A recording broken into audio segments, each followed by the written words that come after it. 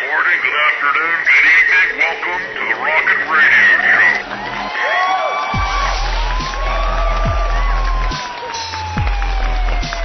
If you want to be creative and be a musician or whatever, you can leave your work, focus on your talent, your skill, your passion, your aspiration, because you will have health care. It's all about fairness in our country. There's some subliminal message that is being sent out there about us. That is really cool. My favorite word is the word. A record high in the history of gasoline. What happened? Well, it's almost 3 times what it was when President Bush took office. It was $1 something when he took office. Now it's $2.56 on average.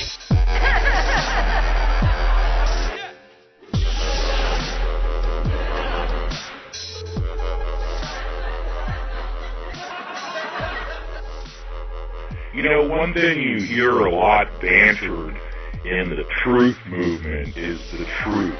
You know, who's telling the truth? What is the truth? Deciphering the truth. What is a lie as opposed to the truth? You know, some people will tell you that they'll tell you the truth whether you like it or not.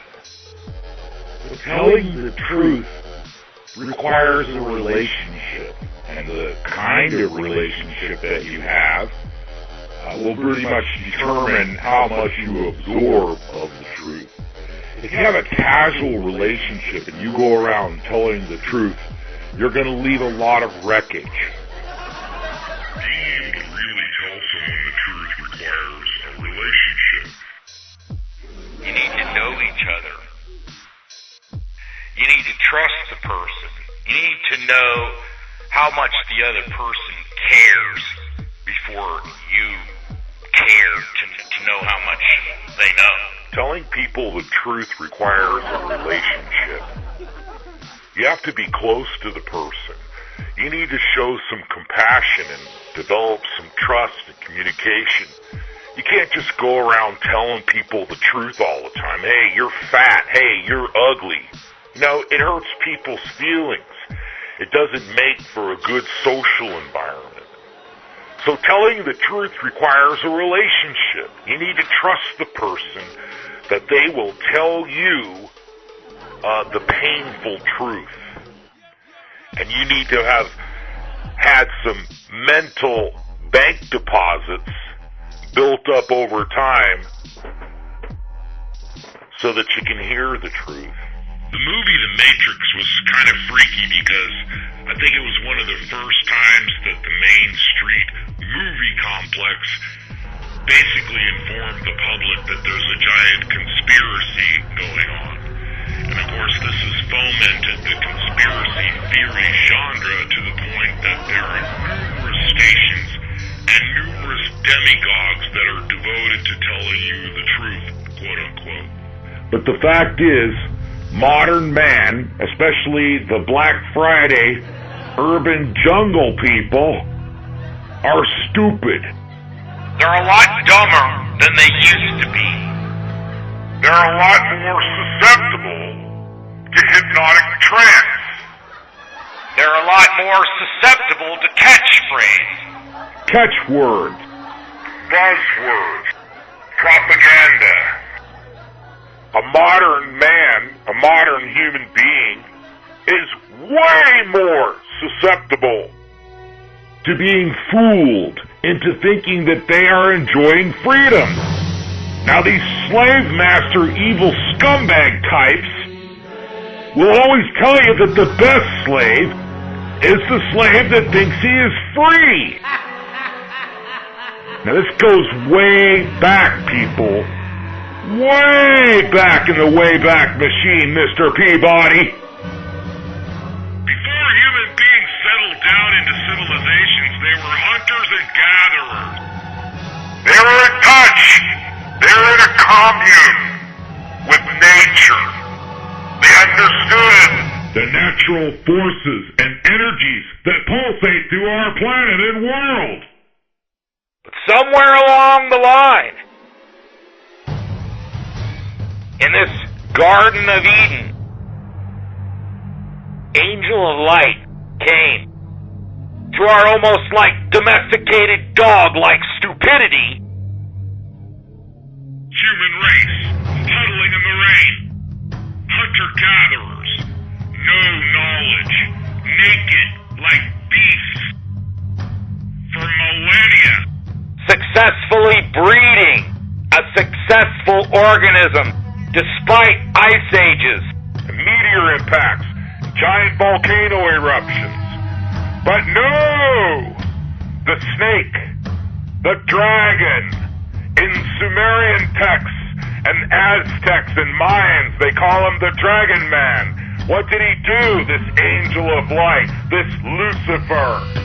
He broke the chains that were binding mankind to a domesticated dog-like existence sleeping in the rain with knowledge. They ate from the tree of knowledge.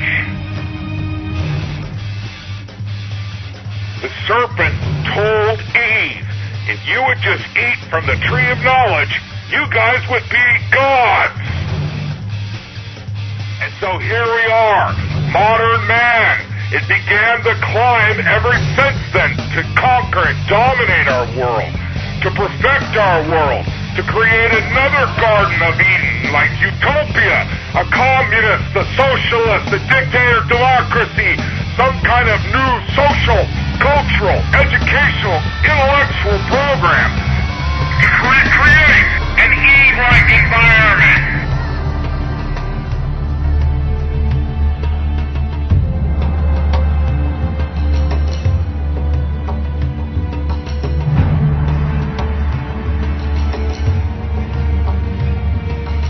Once again, behind the scenes, you have the illuminated people.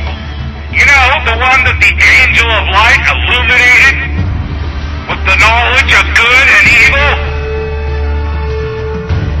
The illuminated ones, the sneaky ones, the scary ones, the ones hiding in the background, manipulating history.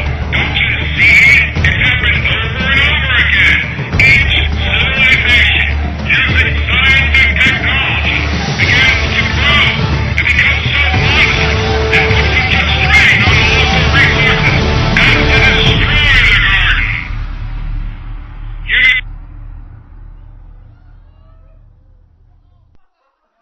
Human beings are toxic in our present form.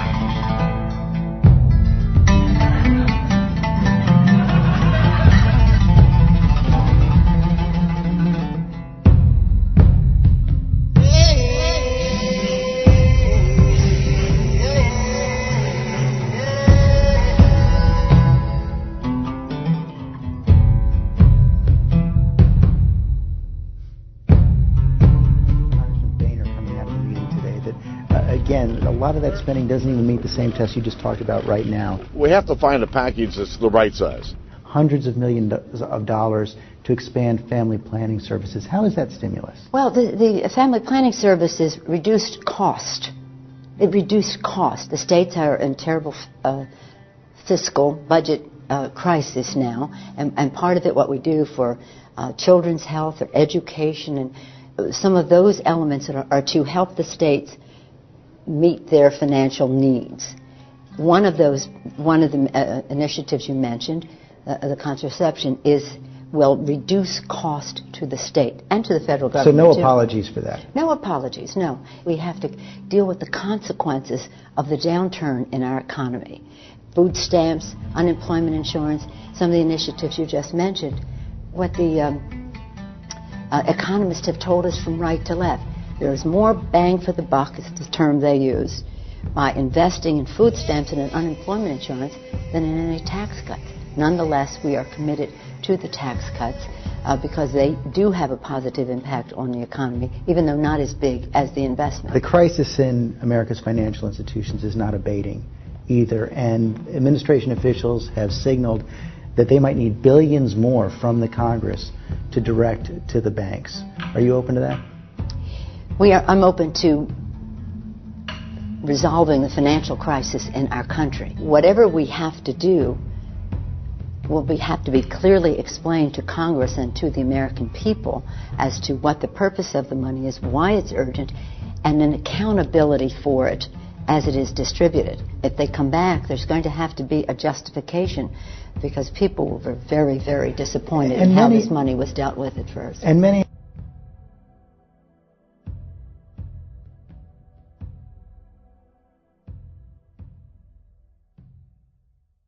But let's just back up from, with all due respect to the Speaker, that what he said is not the gospel truth. The fact is that a lot of the spending increases came during the Bush administration. 2 unpaid-for wars that we got ourselves engaged in, a prescription drug plan that added enormous amounts to our spending, and the tax cuts for the high end that did not create jobs and create revenue coming in. Yes, we had the Recovery Act, which saved or created 3.5 million jobs. You know, the record of job growth in the private sector has been consistent for many record number of months. So it isn't as much a spending problem as it is a priorities, and that's what a budget is, setting priorities. You talk about growth. Even Christina Romer, the former head of the Council of Economic Advisors for the President, says you increase taxes, that also hurts growth. Well, it's about timing. It's about timing, and it's about timing as to when you make cuts as well. The fiscal cliff, you raised taxes $650 billion right away. Yeah, and that was a very good thing to do on people making over the high end in our population. Nothing brings more money to the Treasury of the United States than investment in education of the American people. So it is almost a false argument to say we have a spending problem. We have a budget deficit problem that we have to address. The top 1%, top 1% pay 37% of all federal income taxes. The top 5% pay 59% of all federal taxes. If you took the total income of everyone making more than $1 million a year, if you taxed it all at 100%, that's only $726 billion, which is less than the projected deficit for this year. I mean, the bottom line, Congresswoman, is you can't raise taxes enough to solve the deficit problem. Nobody is saying that. We're saying it has to be balanced. We avow the First Amendment. We stand with that and say that people have a right